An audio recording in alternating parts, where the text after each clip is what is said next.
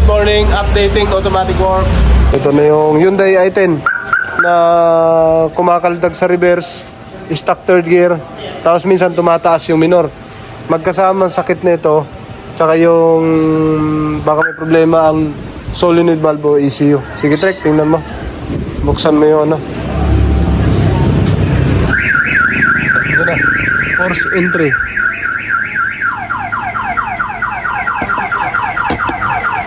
Yan ang fault code nga mga sir. Yan, Hyundai i10.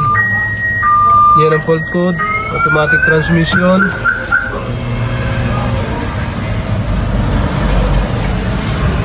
Pairam susi sir, saglit. Anong rega?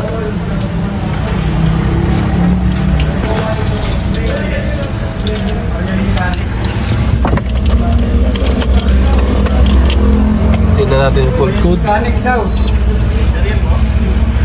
Ariel, wala dito. Bak. Ano ipapadala? Yan na. Red codes. Ito. Yan ang fault code niya. So, kailangan live data muna natin. Na-live data muna to, Trek. Tingnan natin sa live data. Kailangan. Yun.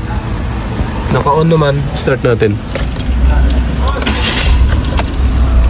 Yan na. Ay, yun. Ay, nag-wild. Nag-wild. Tapos bumaba. TPS Ayun. din yan, lumabas.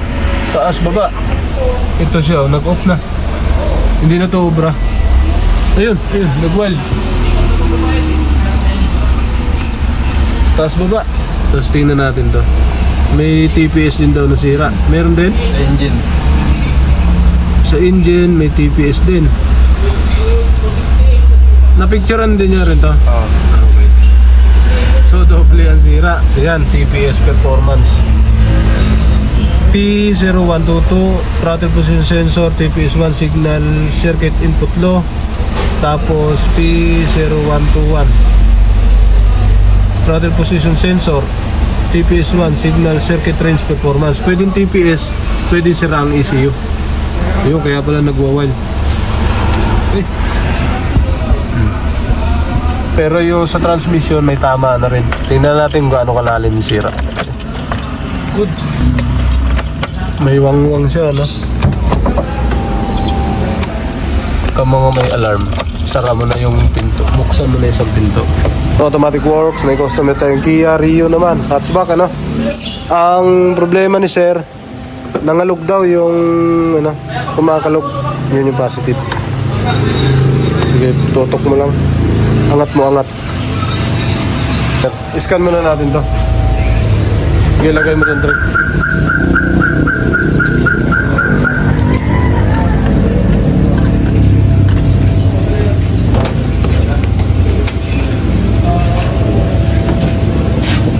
Ay, meron pala dito.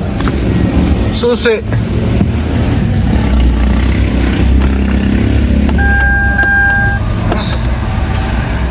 Ray, susi nito, Ray. Ikan muna natin. Ano? On natin susi. Naka-on na. On. Yun. Uy, press the button. On.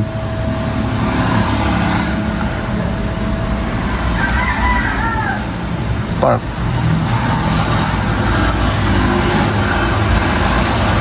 Bukas tayo. Ito.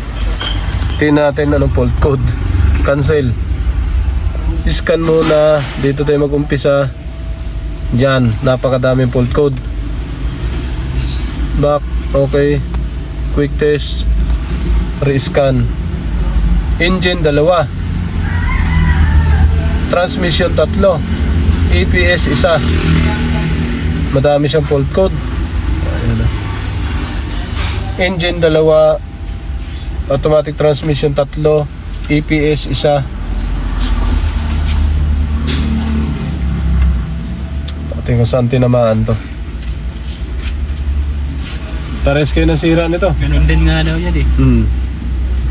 Oo nga, ganun din oh. Na-repair na nakaraang ano? Nakaraang araw lang. Tapos bumalik. Hindi yata nawala ang sira. Pinalitan din ng sensor. Hindi. Mahal na sensor. ABS motor isa, transmission 3, BCM 3, aircon 2. Ayan na, 2 fault code sa aircon.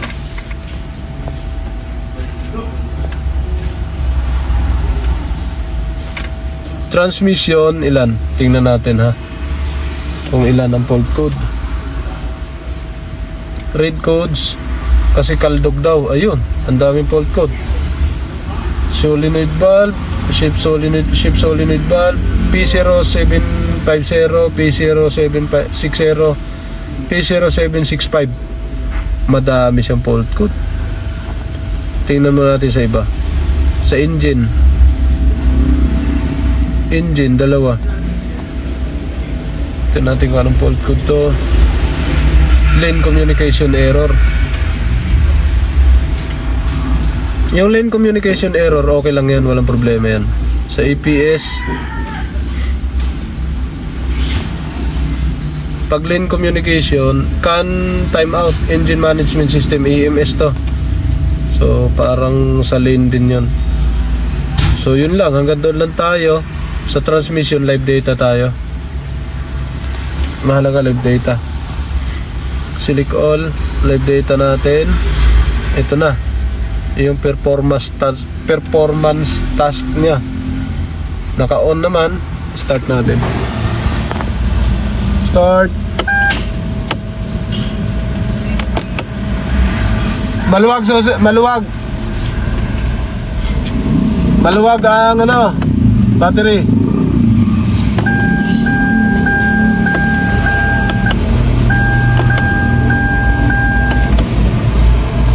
Start tayo, start. Okay na. Back. Live data. Select all. Ayun, may fault code. Nako, naka-off lahat. Nag-on yan kanina, nag-off na. Ayun, wala na, kaldog na to. Reverse. Ayun, umaldog na. Back. Live data. Nakaldog. Nagkaraldog na siya. Wala. Park. Naka-park. Reverse. Ayun, maldog. Okay. So, tingnan natin muna yung computer box niya mga sir. Tingnan natin. Off natin to. Off.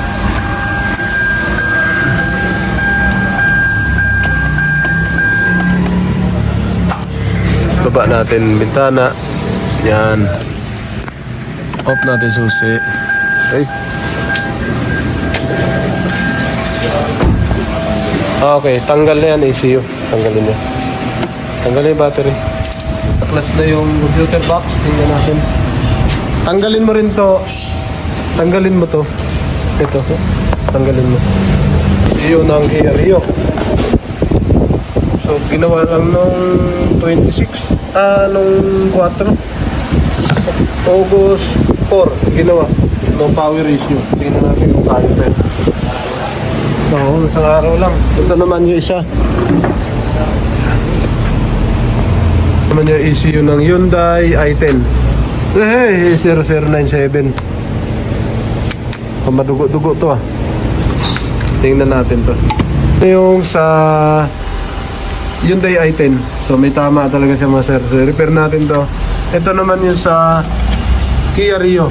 Butas yung board. Ayun Baka mahirapan na tayo nito. Butas yung board niya. Ito na. Okay na siya. Salpak na natin mga sir. Balik na natin sa Hyundai i10. Boom. Balik na natin yan. Yun, ito yung ECU ng Kia Rio. So magaling yung pagkagawa ng unang gumawa. Tingnan na natin. Baka may mga slip lang dito. Sana makuha natin. Pinasok ko na siya ng tubig. Yun Magaling yung gumawa. Taga Quezon Province yata o Quezon City.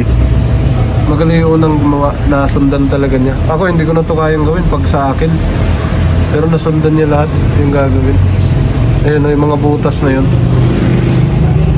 Shoutout sa iyo, sir, yung gumawa. Retouch lang natin. Natapos na rin, no, sir. Kabit na natin to ulit doon sa Kia Rio. Tingnan natin kung magbabago na siya. Okay? May kabit mo na, Trek? Wala. O, nasusi.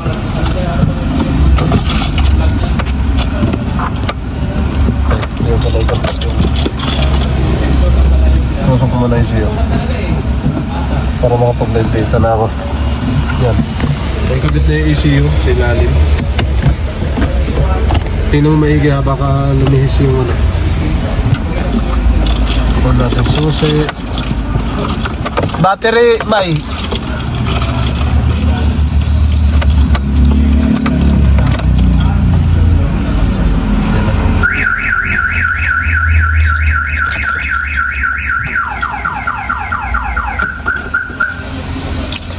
On natin susi. Naka-on na siya.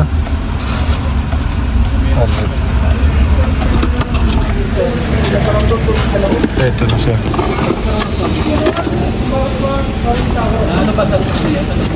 Clear muna natin to. Back. Okay. Quick.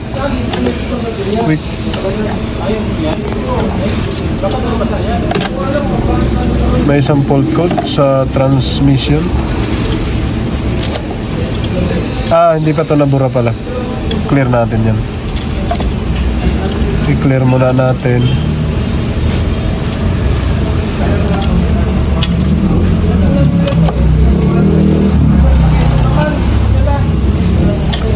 Clear.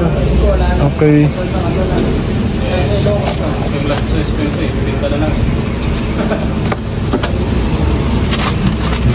Clear na sa engine. Okay na. Transmission, okay na rin. Okay na lahat. Tapos, live data tayo sa transmission. Read codes, no fault code. Okay. Live data tayo.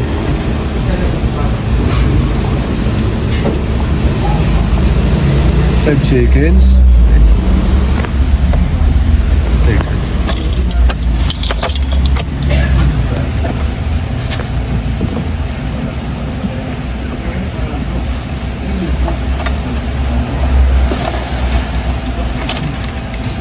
On natin. Okay, mag-on. Balik tayo dito. Balik. Engine tayo. Rated all. Ganun ulit.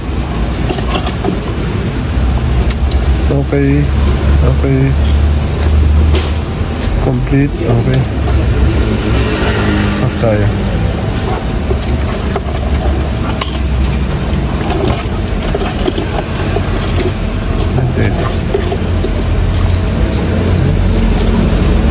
Tingnan natin to. Dito. Yan, naka-on dapat. Yan, naka-on. Ito, naka-on siya. Start natin, dapat hindi siya mag-off. Start. Mandar. Naka-on. Ayun, gumana. So kanina 0-0 yan. May naka-on na siya. Reverse natin.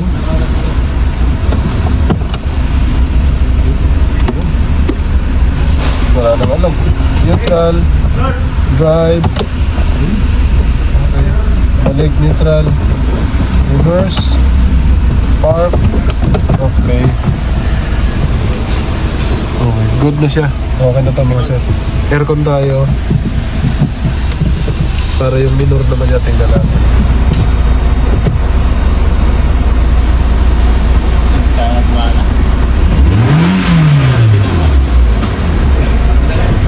Okay. Tapos na ito mga sir. Hyundai i10. So ECU ang sira niya. Tapos yung sensor. TPS.